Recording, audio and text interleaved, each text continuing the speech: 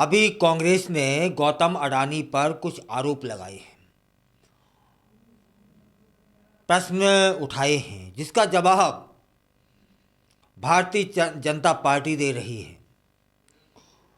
हाल ही में गौतम अडानी के खिलाफ उठे विवाद पर कांग्रेस सांसद राहुल गांधी के आरोपों का जवाब भाजपा ने दिया।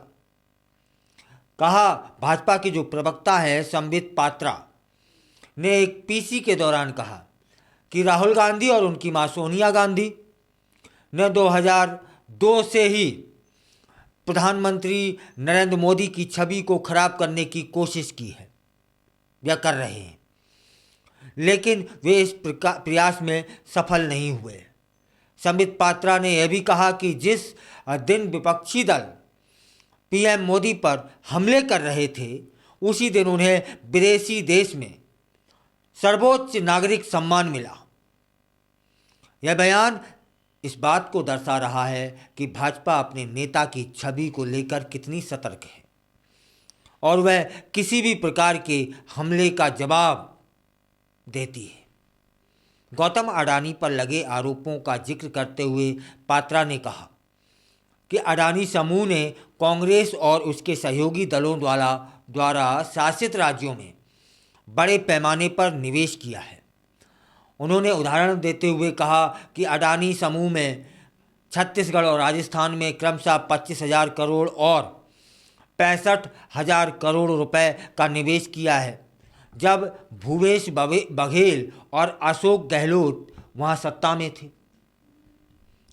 इसके अलावा पात्रा बताते हैं कि अडानी समूह ने तमिलनाडु में 45,000 करोड़ रुपए का निवेश किया हुआ है। हाल ही में तेलंगाना के मुख्यमंत्री रेवंत रेड्डी को कौशल विकास फाउंडेशन के लिए 100 करोड़ रुपए का दान दिया। उन्होंने सवाल उठाया कि यदि अडानी भ्रष्ट हैं तो कांग्रेस सरकारें उनकी कंपनी से निवेश क्यों चाहती हैं। संबित पात्रा ने यह भी कहा कि अडानी ग्रुप को लेकर अमेरिका के कोर्ट में जो मामला सामने आया है, उसमें तब की कांग्रेस शासित छत्तीसगढ़ सरकार, डीएमके कांग्रेस शासित तमिलनाडु सरकार, आंध्र प्रदेश और बीजेडी शासित ओडिशा सरकार से लेन देन का पूरा मामला है। उन्होंने स्पष्ट किया कि इन 4 राज्यों में ना तो भाजपा के मुख्यमंत्री थे और ना ही भाजपा की सरकारें थीं। यहाँ तक कि उन्होंने यह भी कहा कि यह पूरा मामला कांग्रेस पार्टी, उसकी सरकार अथवा उसके सहयोगियों की सरकार से जुड़ा हुआ है। इससे यह स्पष्ट होता है कि भाजपा इस मुद्दे को राजनीतिक रूप से भुनाने की कोशिश कर रही है और कांग्रेस पर आरोप लगा रही है कि वह अपने कार्यकाल में अडानी समूह के साथ लेन देन करती रही है। पात्रा ने यह भी कहा कि अडानी से रिश्वतखोरी को लेकर छत्तीसगढ़ के तत्कालीन मुख्यमंत्री भूपेश बघेल सहित अन्य 3 राज्यों के तत्कालीन मुखिया से पूछताछ होनी चाहिए।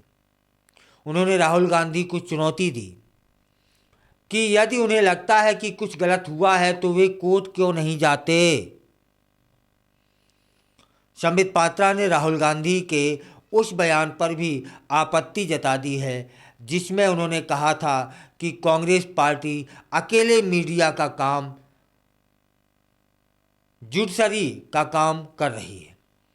उन्होंने कहा कि मां और बेटे जमानत पर बाहर हैं और यह कहते हैं कि जुडिशरी का काम भी यही कर रहे हैं।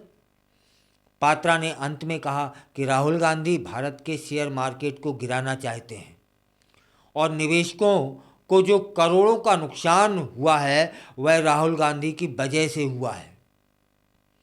इस प्रकार भाजपा ने अपने नेता, या फिर नेता तो नहीं कहना चाहिए, फिलहाल गौतम अडानी के खिलाफ लगे आरोपों को न केवल खारिज किया बल्कि इसे कांग्रेस की राजनीति से जोड़ने की कोशिश की है। इस मामले में आगे क्या होगा, आगे क्या होता है, देखना दिलचस्प होगा। लेकिन भाजपा की यह प्रक्रिया इस बात का संकेत दे रही है कि वह अपने नेताओं और गौतम अडानी की रक्षा करने के लिए किसी भी हद तक जा सकती है। अगर आपको लगता है कि भाजपा को गौतम अडानी का साथ नहीं देना चाहिए तो आप फिर अपने विचार साझा करें। यदि आपको लगता है कि उन्हें करने चाहिए तब फिर अपने विचार साझा करें। आपके विचारों से हमारा मनोबल बढ़ता है, आपके कमेंट्सों से हमारा मनोबल बढ़ता है। और अंत में इस पर मेरे साथ साथ आप भी इस मुद्दे पर निगाह रखिएगा कि आगे क्या होता है।